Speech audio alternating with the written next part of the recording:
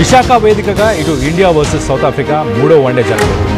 Toss గెలిచిన తర్వాత ఫీల్డింగ్ని ప్రస్తుతానికి ఇండియా ఎంచుకుంది. మొత్తానికైతే 3 వన్డేల సిరీస్లో చెరో మ్యాచ్ గెలిచారు. ఇటు ఇండియా ఫస్ట్ మ్యాచ్ గెలిచిన తర్వాత సౌత్ ఆఫ్రికా బౌన్స్ అయి సెకండ్ మ్యాచ్ గెలిచింది. ఇప్పటికే టెస్ట్ సిరీస్లో సౌత్ ఆఫ్రికా చేతిలో ఇండియాకి వైట్ వాష్ చేశారు. సో మొత్తానికైతే ఇప్పుడు వన్డే సిరీస్ గెలవాలని పట్టుదలతో టీమిండియా కూడా ఉంది. టీమిండియాకు మరి మైనస్గా బౌలింగ్ మారిందనిపిస్తుందా?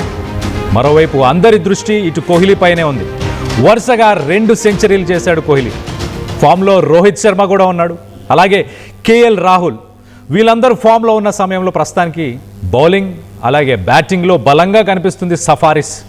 ఒక రకంగా సౌత్ ఆఫ్రికా టీం కూడా బౌన్స్ అయ్యారు, వాళ్ళు కూడా స్ట్రాంగ్గా కంటెంట్ చేస్తున్నారు. మనం నిన్నటి మ్యాచ్లో చూస్తే కనుక ఇటు 7th డౌన్ అలాగే మిడిల్ ఆర్డర్ తర్వాత వచ్చిన బ్యాట్స్మెన్స్ కూడా చాలా పర్ఫామ్ చేస్తున్నారు, మంచి స్కోర్స్ని ఇచ్చే ప్రయత్నం చేస్తున్నారు.